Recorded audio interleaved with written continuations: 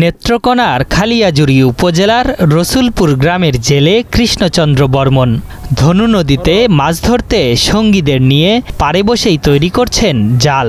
জীবনের পুরোটা সময় কেটেছে মাছ ধরায়।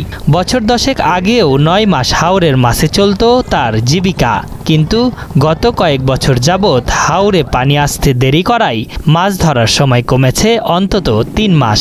অবস্থা এমনই দাঁড়িয়েছে যে প্রাকৃতিক মাছের জন্য দেশের মানুষকে এখন বাজার থেকে চাষের পাঙ্গাস কিনে খেতে হচ্ছে। সময় গেছে নৌকা বুঝাই দিছি, উতার নৌকা বুঝাই দিছি আমরা। আর ওখান যে সময় বুঝলি, এই সময় তো মাছ অনেক কম, রোবাজে বেশি আছেন আর কি, আর বোয়াল এইটা মাছই বেশি।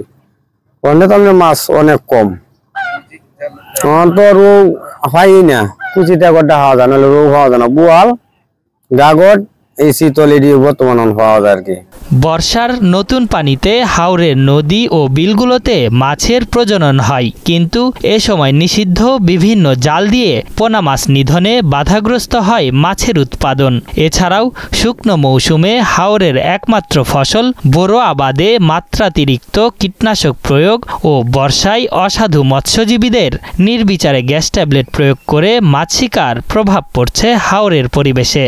এটা সিরা করতাছি পরে দিয়া আপনার ডিনু নদীর মাঝে এটা টানুন লাগবো। বিলে গেছিলাম শিকল জাল লইয়া মাছ মারতে, হ্যাঁ অনেক মাছ কম দিকা, খুবই কম দিকে তো আমরা পড়ছি না। অনেক যে আমরা কি করবো এটি তো অনেক বুঝতে পারতেছি না। মাছ আসাল বেশি, পানি আসাল অন্ত পানি কম, মাছ তো মনে করেন অনেক পানি কম দিকে মাছ তো কোনো ডিম ছাড়তে পারে না।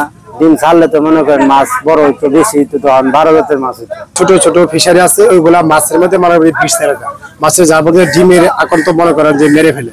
এই কারণে মাছের ফলন হয় সরণ খুবই কম। কিরম মাঝে 2-4 হাজার, 5 হাজার, 3 হাজার, মাছের তো কোনো সিকিউরিটি নাই। শুধু জেলেরাই নয়, এ পেশার উপর নির্ভরশীল অনেকেরই দিন কাটছে কোনো রকমে। বেকার হচ্ছেন মাছ প্রক্রিয়াজাতকরণে জড়িত নারীরা। আমরা মাছ চালাইলে তো আমরা পয়সা পাই, আর মাছ না আইলে আমরা পয়সা পাই না। আগে তো মাছ প্রচুর আসা বাচ্চি 200-300 টাকা করে আমরা পাইছি, এখন মাছ নাই, মজুও নেই। হাওরের নদী ও বিল থেকে একসময় কমপক্ষে 30 প্রজাতির দেশি মাছ পাওয়া যেত। এর মধ্যে সিলুন মাছ, দেশীয় পাঙ্গাস, বাছা, ইলং, লাছো, চিতল, মেনি, রানী মাছ অন্যতম। কিন্তু এখন অনেক মাছ বিলুপ্তির পথে। সিলুন মাছ, রানী মাছ, মেনি সহ বিভিন্ন প্রজাতির মাছ এখন দেখা যায় না বললেই চলে। অতিরিক্ত সার ও কীটনাশক প্রয়োগ এবং হাওরে দেরিতে পানি আসার কারণে ধীরে ধীরে মিঠা পানির জীববৈচিত্র্য নষ্ট হচ্ছে। গত বছর জ্যৈষ্ঠী আষাঢ় মাস পর্যন্ত পানি হাওরে আসে নাই।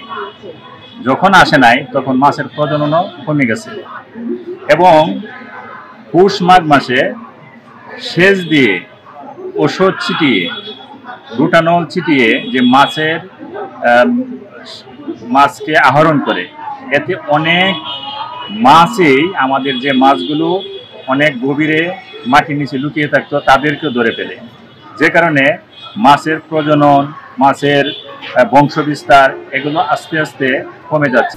জেলা মৎস্য কর্মকর্তার দাবি, দেশি প্রজাতির মধ্যে ট্যাংরা, শিং, কই মাছ সহ বিভিন্ন প্রজাতির কিছু মাছ কৃত্রিম প্রজননের মাধ্যমে ফিরিয়ে আনা হয়েছে, আর রানী মাছ সহ আরও বেশ কিছু প্রজাতির মাছ ফিরিয়ে আনতে গবেষণা চলছে। মাছের উৎপাদন বাড়ানোর জন্য পাশাপাশি যখন ব্রিডিং পিরিয়ডে, বিশেষ করে আপনার এপ্রিল, মে, জুন মাসে, এই সময়টাতে আমরা নিষেধাজ্ঞা বাস্তবায়ন করার চেষ্টা করছি। ইলিশের আদলে আমরা এখানে নিষেধাজ্ঞা বাস্তবায়ন করব, অর্থাৎ দেশীয় মাছের প্রজনন মৌসুমে তারা যেন নির্বিঘ্নে পোনা ছাড়তে পারে, ডিমওয়ালা মাছ ডিম দিতে পারে, সেজন্য আমরা নিষেধাজ্ঞা বাস্তবায়ন করতে যাচ্ছি। এটা একটা প্রণোদনার বিষয় আছে, যেটা দেখে প্রণোদনা দিয়ে আমরা নিষেধাজ্ঞা বাস্তবায়ন করব। জেলা মৎস্য কর্মকর্তার কার্যালয় সূত্রে জানা গেছে, ছোট বড় মিলিয়ে জেলায় মোট হাওর রয়েছে 68টি, যার আয়তন প্রায় 56,676 হেক্টর।